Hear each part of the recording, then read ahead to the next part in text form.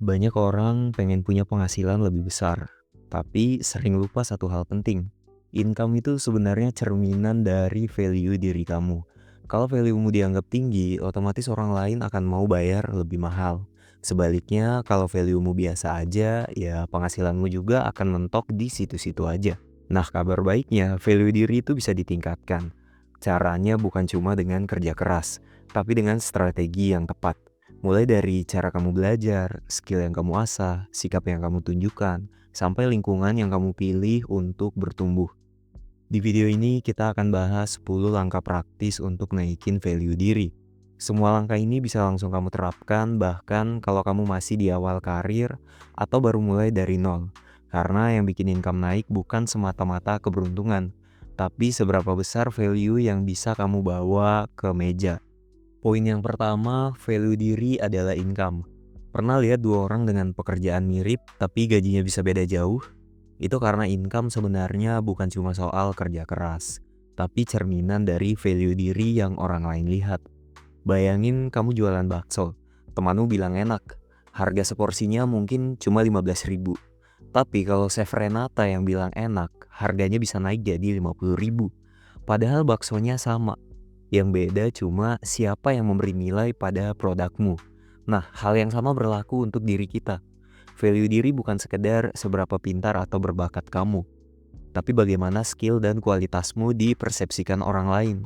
Kalau orang melihat kamu profesional, bisa dipercaya, dan hasil kerjamu konsisten tetap bagus, otomatis mereka lebih rela untuk membayar lebih mahal. Jadi jangan cuma fokus kerja keras tanpa mikirin value. Karena dunia kerja nggak sekedar menghargai keringat, tapi juga bagaimana kamu memposisikan dirimu. Income akan naik seiring naiknya value yang kamu bawa. Manusia adalah learning machine. Pada dasarnya, manusia itu adalah learning machine. Kita diciptakan dengan kemampuan untuk terus belajar dan berkembang dari apa yang kita lihat, dari apa yang kita dengar, dan rasakan setiap hari. Itu sebabnya apa yang kamu konsumsi, baik tontonan, bacaan, maupun obrolan, akan sangat menentukan kualitas output dirimu. Misalnya, kamu ingin jadi atlet. Kalau setiap hari yang kamu tonton di YouTube adalah teknik olahraga, nutrisi, dan cara latihan, otakmu akan terisi dengan hal-hal yang relevan. Saat kamu turun ke lapangan, gerakanmu akan otomatis lebih terarah karena input yang benar sudah terbentuk sebelumnya. Hal yang sama berlaku dalam dunia kerja. Kalau kamu ingin naikin income, maka isi pikiranmu dengan hal-hal yang bisa menunjang karir, seperti belajar skill baru, cari tahu tren industri, pahami cara mengelola uang, dan dekati orang-orang yang bisa bikin kamu berkembang. Intinya sederhana, otak kita itu seperti filter. Kalau setiap hari kamu kasih input yang mendukung goals, outputnya juga akan sejalan. Sebaliknya, kalau isi harianmu cuma hal-hal yang gak ada hubungannya dengan tujuan, jangan heran kalau value-mu nggak naik-naik. Langkah yang ketiga yaitu punya goals yang jelas. Banyak orang bilang mereka mau naik level atau punya income yang lebih besar. Tapi ketika ditanya lebih detail, goalsnya apa? Jawabannya nggak jelas. Padahal tanpa tujuan yang jelas, value diri kita juga bakalan susah untuk naik. Goals itu ibarat kompas. Kalau arahnya nggak jelas, kamu akan jalan kemana-mana tapi ujung-ujungnya bakalan tetap di tempat.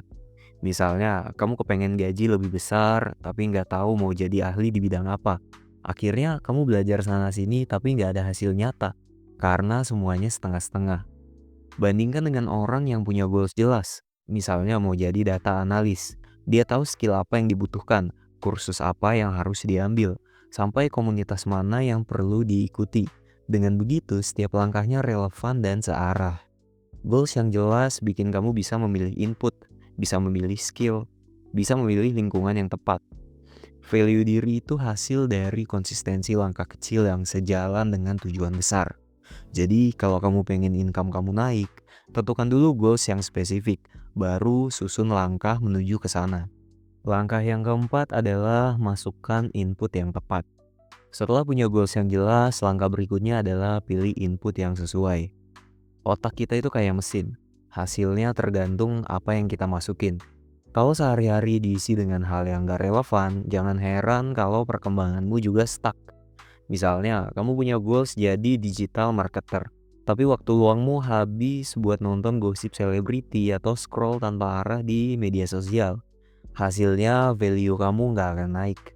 Bandingkan kalau kamu isi dengan baca buku marketing, ikut webinar, atau nonton konten edukasi tentang strategi digital.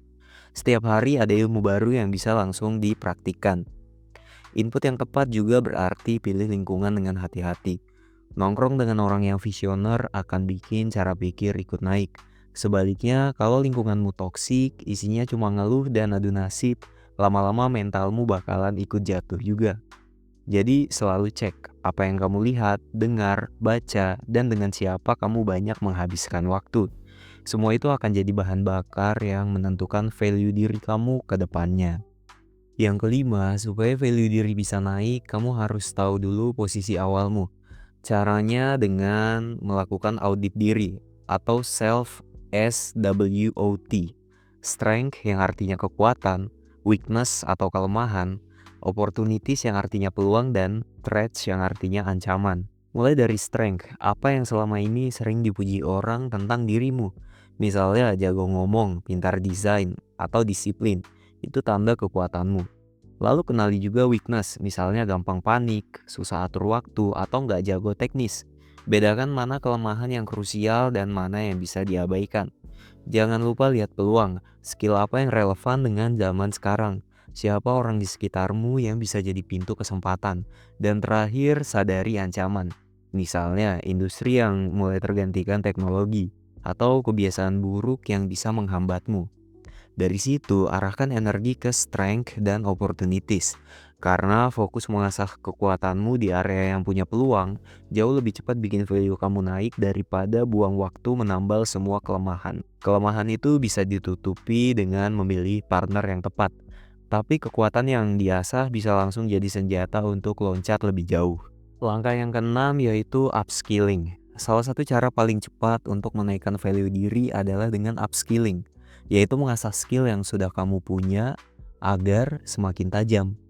Skill yang tadinya biasa aja bisa berubah jadi mahal kalau kamu terus melatihnya. Contohnya, kamu punya bakat public speaking. Kalau dibiarkan ya tetap jadi bakat. Tapi kalau sering dilatih lewat presentasi, ikut lomba, atau bahkan jadi pembicara, lama-lama kualitasnya naik. Orang lain melihatmu bukan cuma bisa ngomong, tapi jago ngomong. Jago ngomong dengan struktur yang jelas, kata-kata rapi, dan penyampaian yang meyakinkan. Hasilnya, value dirimu otomatis ikut naik.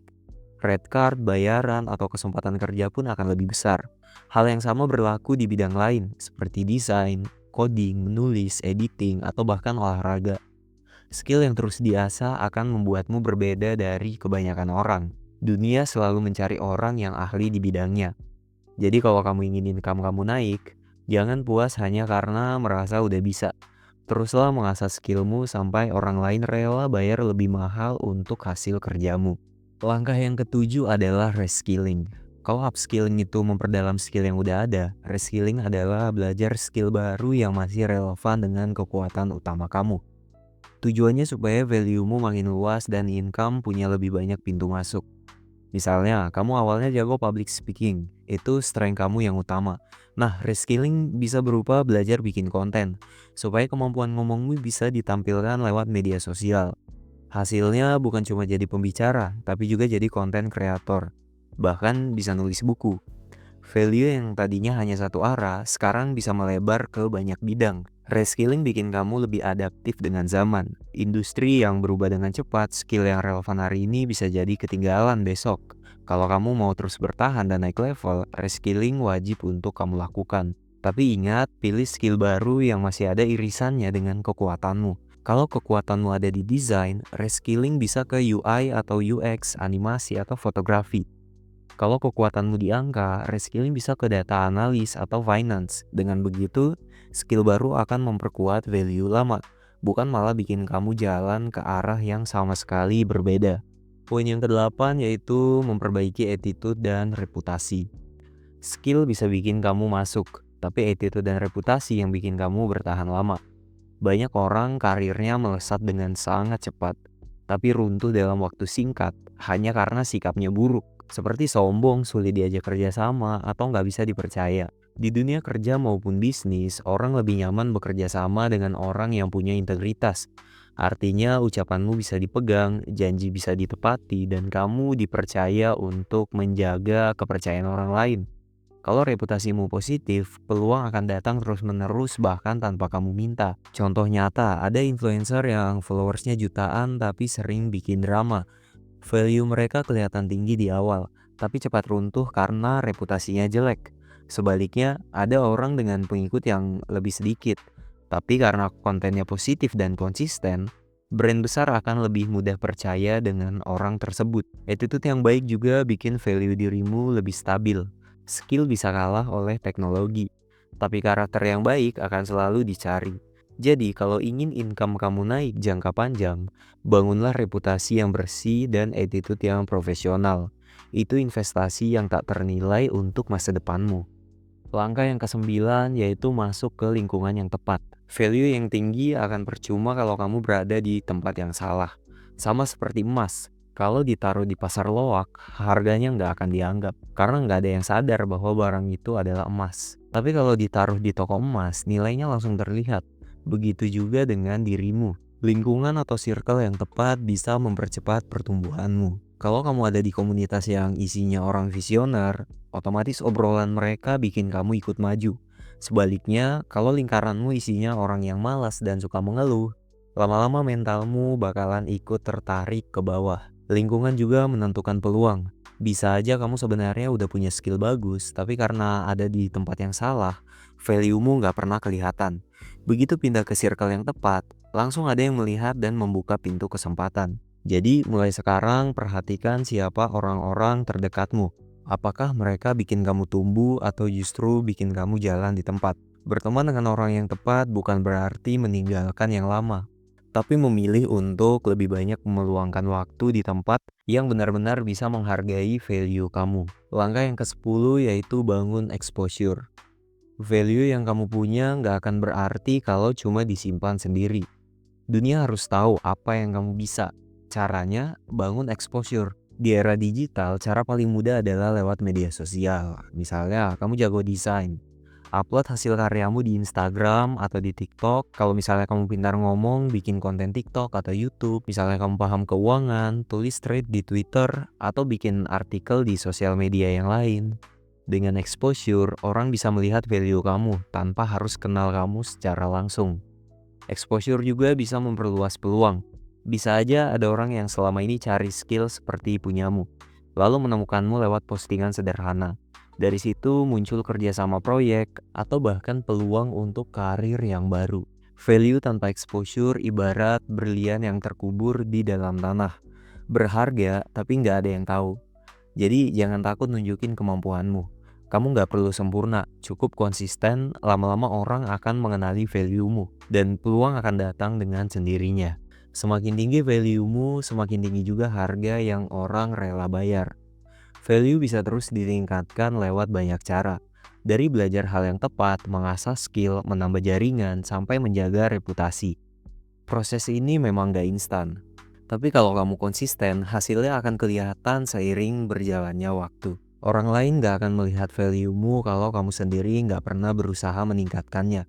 Jadi mulai hari ini tentukan goals-mu, pilih input yang tepat, dan tunjukkan value-mu ke dunia. Terima kasih sudah nonton sampai detik ini. Semoga video ini bisa bikin kamu mikir lebih dalam dan mulai mempertanyakan hal-hal yang selama ini dianggap biasa. Sampai jumpa di video Sang Perintis yang berikutnya.